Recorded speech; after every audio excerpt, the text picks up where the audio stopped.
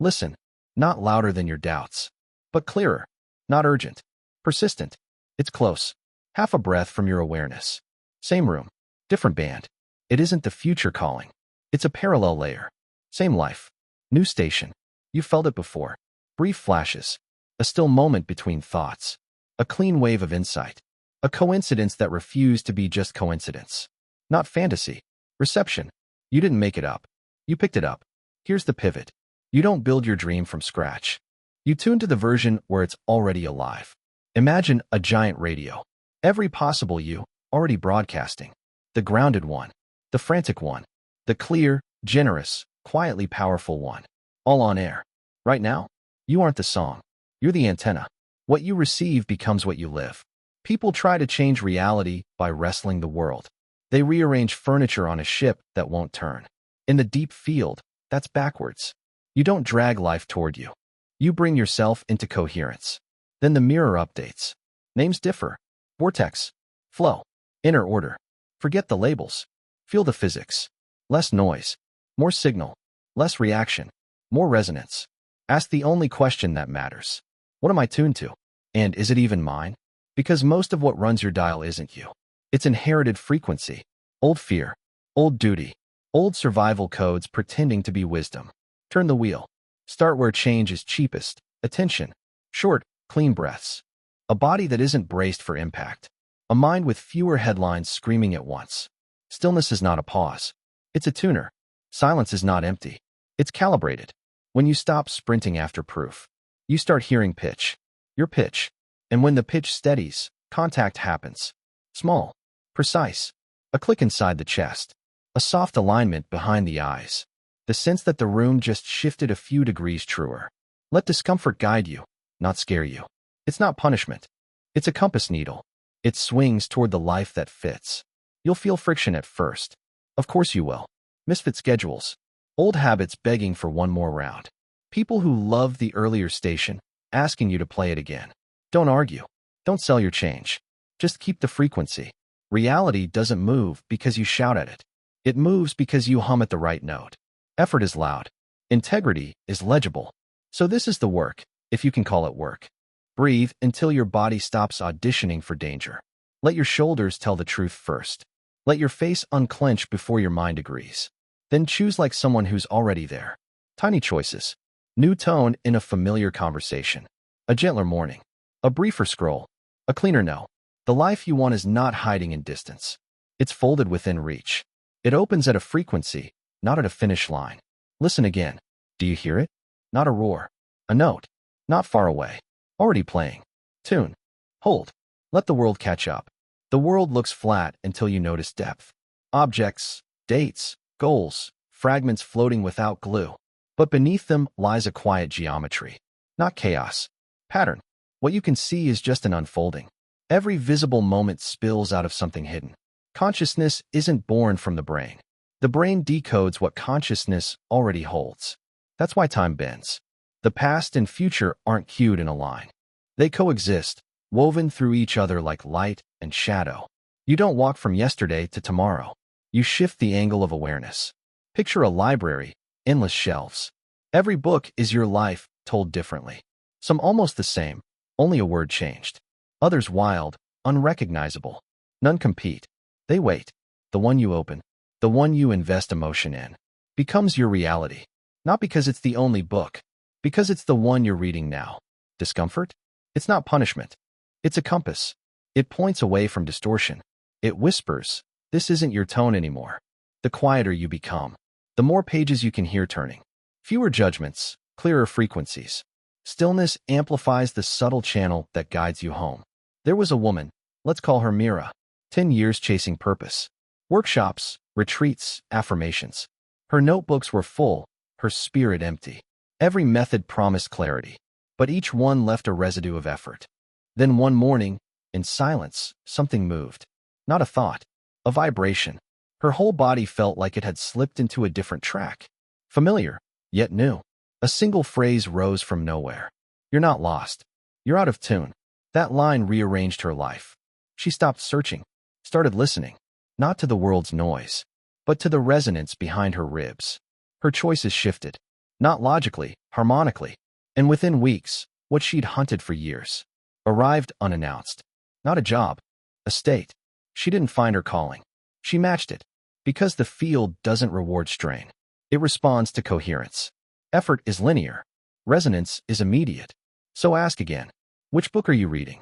Which frequency have you mistaken for truth? You don't have to move walls. Just tilt your attention. Change the listener, and the song reveals a new verse. Every version of you is already humming in the background. Some loud, some shy, none unreachable. The life you dream about is not ahead of you. It's folded within, waiting for the right tone to unfold. Physics explains it in formulas. Life explains it in mirrors. What you look for matters more than what you look at. When you see through the eyes of lack, the world nods and says, "You're right, not enough." When you see through the eyes of wholeness, everything rearranges to confirm it. Observation isn't watching. It's transmission. You are not a passive witness. You're the signal that reality decodes. Forget positive thinking. This isn't about painting over fear with light. It's about shifting the seat of awareness. The self behind the stair. Imagine a hallway lined with endless doors.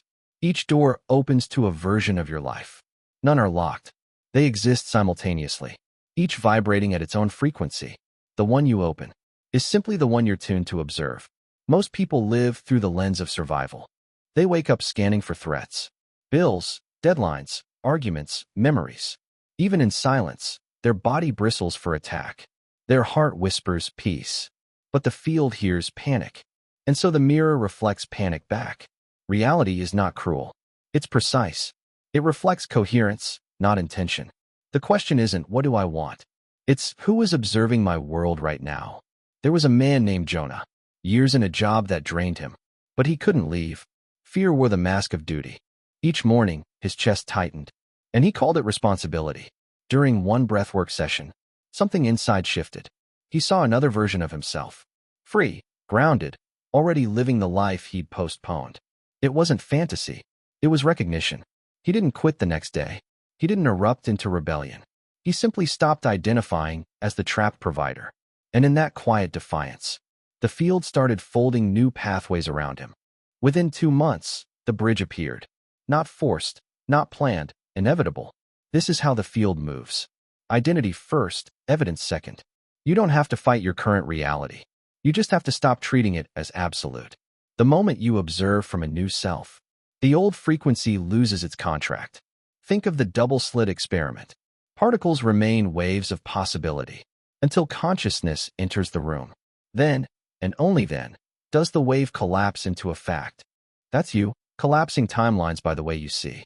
So ask yourself, who's the observer right now? The one still defending the old story, or the one silently creating the new? Switch the lens. Watch how the scenery obeys. The observer isn't separate from the scene. The observer is the scene. And the moment you remember that, the universe stops echoing your fear and starts mirroring your freedom. Change doesn't begin with action. It begins with coherence. When your mind says one thing, your heart feels another, and your body moves from a third. The field hears static. Static can't manifest. It can only repeat. So first, align. Sit down. Close your eyes. Breathe, slowly, rhythmically. In through the nose, out through the mouth. Let your breath find its own pace. You're not forcing calm. You're remembering it. Place one hand on your heart. Not as a gesture, as a switch. That's your transmitter. That's where your signal begins. Now imagine this. You're not breathing into your lungs. You're breathing into the version of yourself who already lives the life you want. Don't think it, feel it. Not the job, not the place, not the person. The state, the calm in their chest, the quiet confidence in their spine, the steady rhythm of someone who has arrived. Then ask for one glimpse. A single scene that could only exist after the jump has happened. It could be a sunrise from a different window, a voice on the phone saying, "We did it," a smell you've never met before. But your heart recognizes it instantly. Don't build the scene. Receive it. Let your body believe it first. Let your nervous system start writing it into memory. When the feeling is full, whisper, "I accept this as my current reality." Hold that. Let silence download the code. Now, open your eyes. The room hasn't changed, but you have. Your breath carries a new rhythm. Your shoulders drop. Your eyes see wider. That's the shift. That's the jump. It doesn't flash or roar. It settles, like gravity rediscovering its true center. Then comes the test, the in-between, the void, where the old world fades, and the new one hasn't fully landed. Most people panic there. They think nothing's working. But the void isn't failure. It's synchronization. The field is updating your coordinates. Stay steady. Keep breathing the new frequency. Hold the note. You'll feel the pull of the old reality. It will whisper, come back. It will send familiar chaos. Offer distractions. Revive people and patterns you thought were gone. That's not regression. That's calibration. The field is asking, are you loyal to the old you or the new? Choose gently, but firmly. Let the old frequency dissolve. Not with anger, with gratitude. It served you once. Now it's out of range. You're not escaping your past. You're outgrowing its wavelength. Keep aligning. Keep tuning. The new timeline isn't fragile. It's forming around your coherence. And the moment you stay steady, when everything tempts you to flinch, that's when the jump becomes real. The mirror only reflects until you realize you are the light. Most people stare at reflections, begging for proof. They wait for evidence before they feel alignment. But evidence comes second. Signal comes first. Every thought you think, every emotion you hold, sends an electromagnetic ripple into the field. Your heart, the strongest generator, broadcasts that ripple far beyond your body.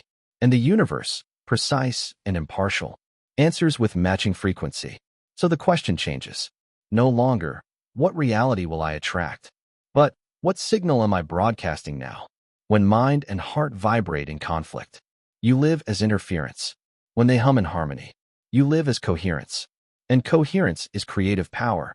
To live as the tuner, stop waiting. Stop asking reality to go first. Feel before the proof. Act before the applause. Trust your resonance before results. That's not delusion. That's field mastery. Emotion becomes architecture. Gratitude sculpts opportunity. Presence opens synchronicity. Faith, not blind, but embodied, is the bridge between invisible and visible. You don't suppress emotion to stay high vibe. You transmute it. Anger into clarity. Fear into precision. Sadness into compassion. Every feeling is raw current. You decide the voltage. Rituals become your tuning forks. Not performance. Remembrance. Breath work, stillness, music, movement. Tools that reset your frequency when life gets noisy. Use them not to escape reality, but to recalibrate to it. Then choose resonance as a lifestyle. Ask, what frequency am I acting from? If it's fear, pause. If it's trust, move. Action taken from alignment carries the strength of inevitability. You no longer chase timing. Timing aligns to you. The proof? Watch what happens when you stabilize this. People start responding to your calm instead of your chaos. Opportunities arrive that match your clarity. Coincidences multiply. Not miracles, physics. The field mirrors coherence. And the deeper truth? You were never separate from it. You are the field, folded into human form. A pulse of awareness shaping time into texture. When you speak, creation listens. When you decide, dimensions shift. When you hold silence, reality tunes itself around your stillness. So let this be your mantra now. I am the signal. The field responds to me. Say it softly. Let the vibration settle in your chest. Feel the calm of remembering. The world doesn't need you to push harder. It needs you to broadcast clearly. No more chasing reflections. No more waiting for confirmation. You are the tuner. You are the source. You are the field. Now live like it.